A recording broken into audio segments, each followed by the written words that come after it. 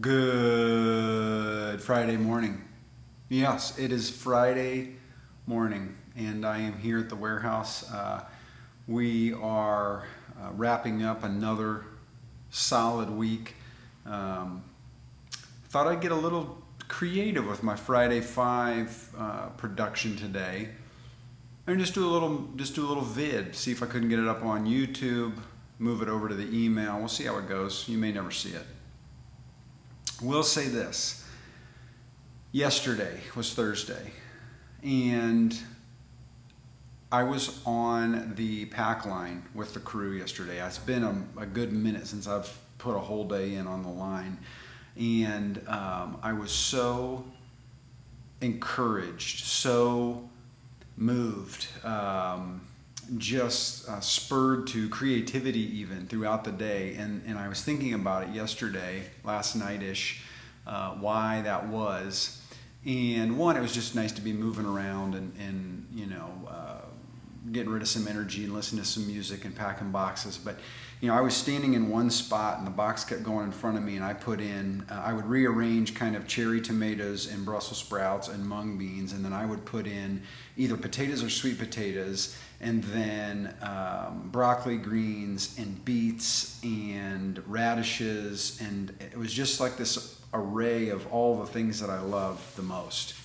I know it's super weird that veggies would be the thing that I love the most, but anyways, I kind of thought about three things. I thought about the people that I was with, the team that we were working together and just having a fun time and laughing and building all these boxes for everybody that we build the boxes for.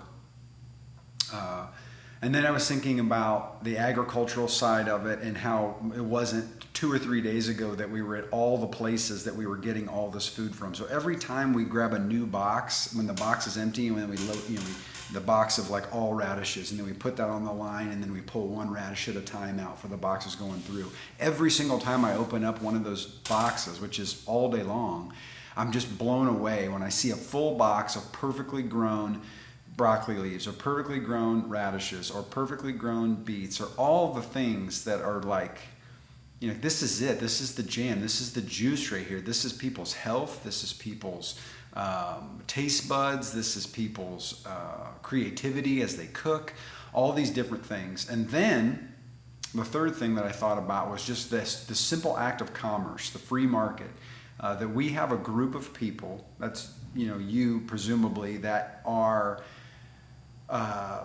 buying your groceries through Ohio Farms and through the Yellowbird producers and growers. And it's like the most ancient trust connection. I'm going to give you a good or service in exchange for your, in this case, dollar, but ultimately your trust that we're finding the best food that's out there.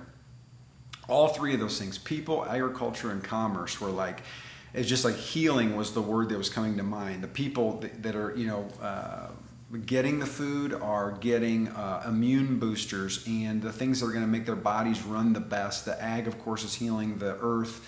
And then the people that we were working with is like this relationship of like team, camaraderie, all these different things. And I was like, this is ultimately all I'm describing is what society has been for the last 10,000 years.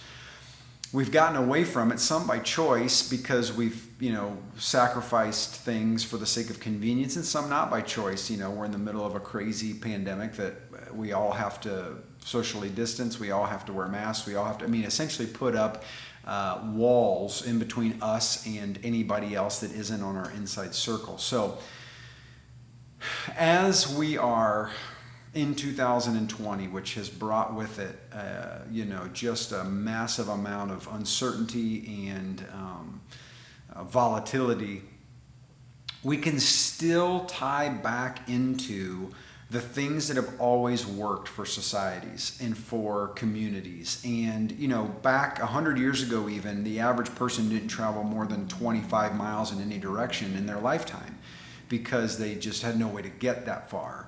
But we now live where we can travel to the other side of the world at the drop of a hat. And so sometimes the community thing breaks down because of that. And what I'm saying is, I think that we can build and continue to build a community that has always brought healing to the earth and to people and to relationships, just 2020 style. What does that mean? I don't know the answers to all of it, but as I stood there yesterday and literally packed 500 boxes with 1 gallon on my left and 1 gallon on my right, and she was doing apples in the beginning of the box, and she was doing the next phase down, depending on what size we were packing at the time. I was in the midst of a 2020 version of the kind of community and the kind of society that I think is sustainable and that could make it and that could change things, could change the way that we treat the earth and treat each other. So, long-winded way to just say I walked away with confidence yesterday. I walked away with hope. I try to not lie to myself, and a lot of times I say, am I really hopeful about the future? And a lot of times I say, no, I'm not, if I'm completely honest with myself. I don't think we're going to make it. Hopefully I'm wrong about that. But then I have a day like yesterday where I'm like, no, we're going to make it. This experiment of humanity caring for the planet and caring for one another and caring for ourselves, there's hope, and if nothing else, the people that are packing these boxes with me today, and the community that has purchased these boxes that they're going out to tomorrow, is the very hope that we need and the very evidence that no, we're gonna figure this thing out, and we're not only going to maintain, but we're going to restore, and we're going to bring healing. And we're going to be people of healing. And so that's the message. That's the thing I wanted to talk about today, and really just what I wanted to say and kind of get to everybody. So have a great weekend. We'll see you next Friday. And